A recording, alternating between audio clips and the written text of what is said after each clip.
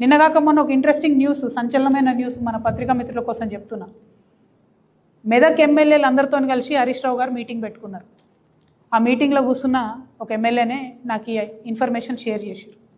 ఏమని, ఎన్టీ రామారావు గారిలాగా కేసీఆర్ గారు కూడా గొప్ప మనిషి, కాకపోతే ఆయన కొడుకుకి వారసత్వం లేదు, కాబట్టి బీఆర్ఎస్ పార్టీ నాకే వస్తుంది, మనం మెదక్లో అన్నీ కూడా గెలుచుకుందాము, తర్వాత బీజేపీతో అగ్రిమెంట్ పెట్టుకుందాము అని చెప్పి వారు స్పష్టంగా చెప్పినట్టుగా ఎమ్మెల్యే గారు నాకు చెప్పడం జరిగింది.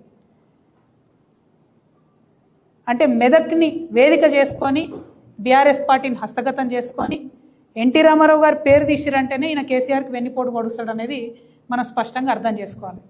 మరి బీజేపీలతో ఈయనకు అండర్స్టాండింగ్ ఉందని నువ్వెట్లా అంటావంటే, ఒక పేరు చెప్తున్నా రాసుకోండి, Raj Pushpa open sky villas.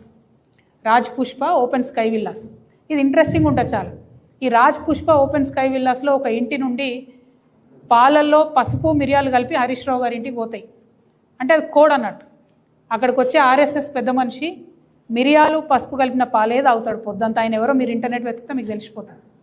ఆ పెద్ద మనిషి ఆడికి వచ్చిన రోజు హరీష్ రావు గారి ఇంటికి పాలు పోతాయి అన్నట్టు. పోగానే హరీష్ రావు గారు ఆయన కార్యక్రమాలను బంద్ పెట్టుకొని ఆ ఇంటికి పోతాడు. అక్కడ ఆర్ఎస్ఎస్ పెద్ద మనిషితో పలు దఫాలుగా మీటింగ్ జరిగింది. ఈ టోటల్ అండర్స్టాండింగ్ ఏంటంటే బీఆర్ఎస్ పార్టీని హస్తగతం చేసుకొని వెన్నుపోటు వచ్చే రాజకీయం. సరే, నేను బీఆర్ఎస్ పార్టీలు లేను, బీఆర్ఎస్ పార్టీ ఏమైతే నాకేందో అది 1000 చెక్కలైనా 3 ముక్కలైనా నాకు వచ్చేది లేదు, పోయేది లేదు. కానీ ఇక్కడ హరీష్ రావు గుంటనక్క అనేటటువంటి వ్యక్తి యొక్క వ్యక్తిత్వం తెలంగాణ ప్రజలకు తెలవాలి కాబట్టి చెప్తున్నా. ఉన్న పార్టీని, ఉన్న ఇంటిని, తిన్నింటి వాసాలు లెక్కబెట్టేటటువంటి వ్యక్తిత్వం. మంత్రిగా ఉన్నప్పుడు ఆ పవర్తో చేసినటువంటి అవినీతి పరుడిని ప్రజలకు మళ్ళొకసారి నేను గుర్తు చేస్తా ఉన్నా. ఇటువంటి అవినీతి పరుడు, ఇటువంటి వెన్నుపోటుదారుడు ఇప్పుడున్న ముఖ్యమంత్రితో వీళ్ళిద్దరికి లాలుచి. అంటే ఎటువంటి రాజకీయాలను ప్రోత్సహించాలో దయచేసి తెలంగాణ ప్రజలు ఒక్కసారి ఆలోచన చేసుకోమని నేను కోరుతున్నా.